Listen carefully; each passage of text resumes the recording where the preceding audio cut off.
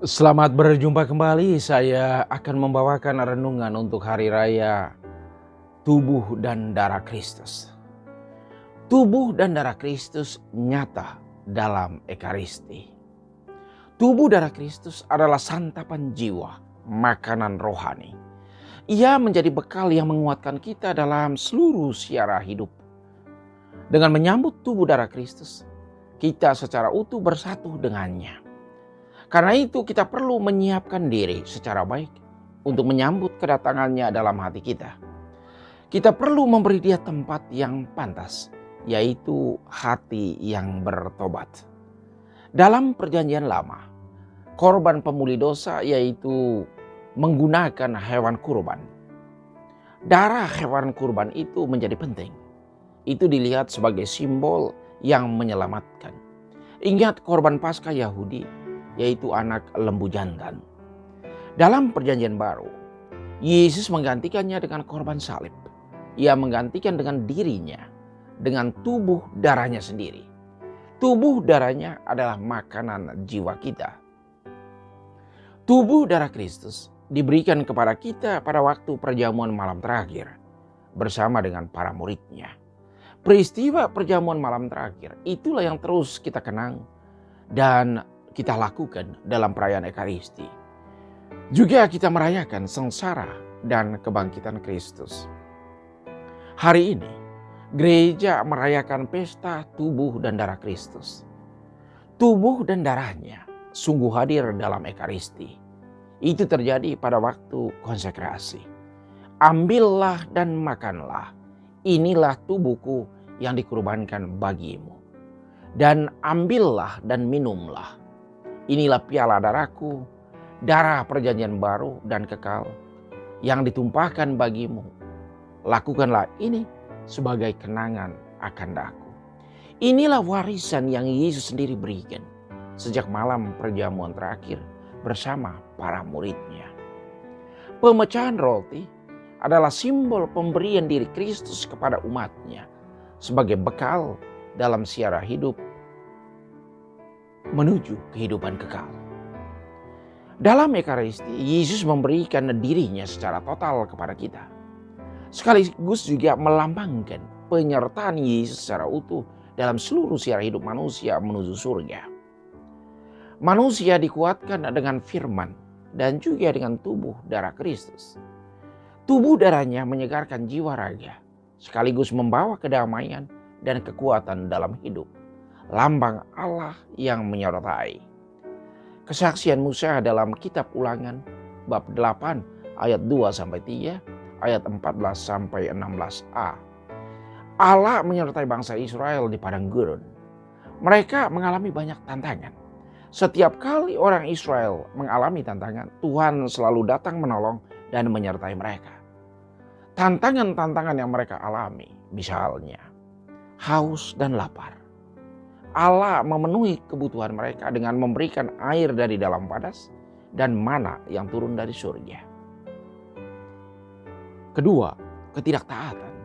Akibat ketidaktaatan, mereka menerima tulah, menerima bencana, berhadapan dengan ular berbisa yang begitu banyak. Di mana-mana ada ular berbisa.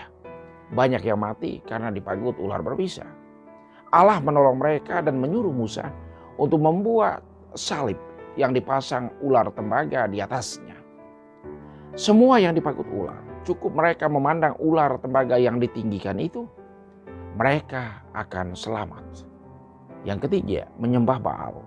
Mereka meninggalkan Allah dan menyembah dewa-dewi, Allah ciptaan mereka sendiri. Karena itu Tuhan menurunkan kepada mereka tabut perjanjian, tempat Allah bersemayam dan bertakhta. Allah tidak mau umatnya menderita. Allah adalah jawaban dari segala sesuatu. Yang dibutuhkan dari pihak manusia yaitu iman yang teguh serta memberi tempat untuk Allah tinggal dalam dirinya. Kesaksian Santo Paulus bisa dibaca dalam 1 Korintus bab 10 ayat 16-17. Paulus mengingatkan kita bahwa kita minum dari piala yang satu dan sama. Setiap kali kita menerima tubuh dan darah Kristus, kita memperbaharui persatuan kita dengan Kristus. Itulah hakikat Ekaristi. Dalam perayaan Ekaristi dan melalui tubuh darah Kristus, kita bersatu dengan Kristus. Kita sungguh menerima tubuh dan darahnya yang nyata. Ekaristi menjadi sumber kekuatan jiwa yang melawan dosa. Untuk menerima Kristus, kita perlu bertobat, membersihkan diri dari dosa, dan siap untuk menerima Yesus serta mencintainya dalam kata dan perbuatan. Yesus memperkenalkan dirinya sebagai sumber kekuatan. Itu bisa dibaca dalam Injil Yohanes bab 6 ayat 51 sampai 58. Tubuhku adalah makanan, darahku adalah minuman. Yesus sendiri dalam beberapa kesempatan mengatakan bahwa akulah roti hidup, roti yang turun dari sorga. Siapa yang makan tubuhku, ia akan hidup untuk selama-lamanya. Ia akan memperoleh hidup yang kekal.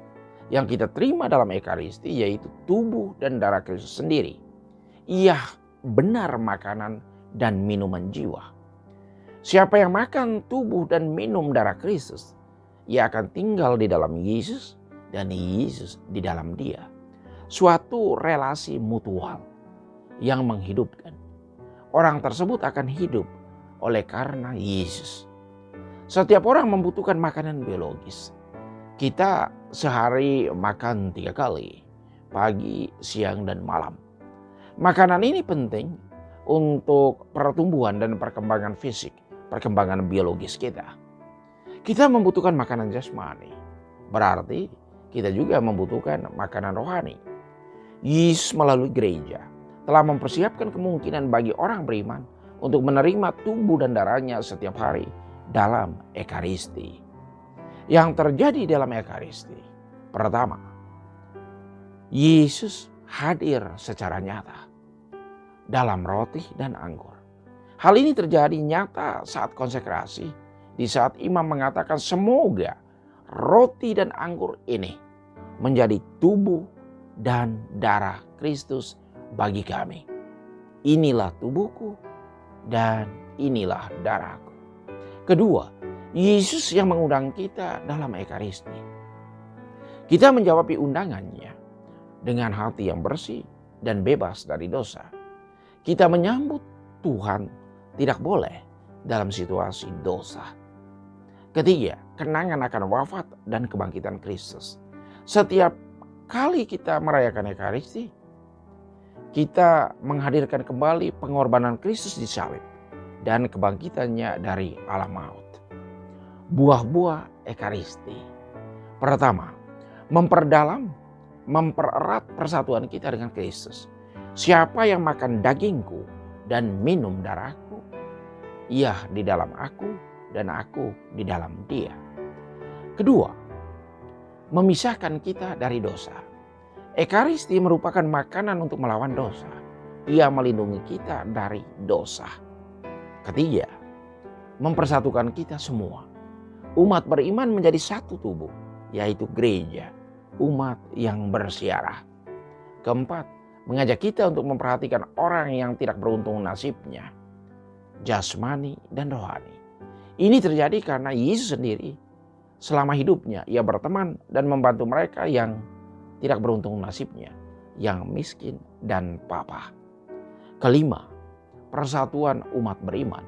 Ekaristi menjadi sakramen kasih sayang yang membuat kita menjadi saudara dengan semua orang dalam Ekaristi. Menjadi saudara dengan semua orang dalam ikatan cinta. Yesus sungguh nyata hadir dalam Ekaristi. Kita menerima tubuh dan darahnya saat komuni kudus.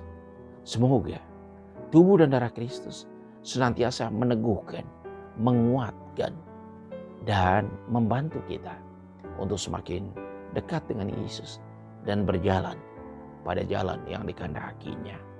Tuhan memberkati. Amin.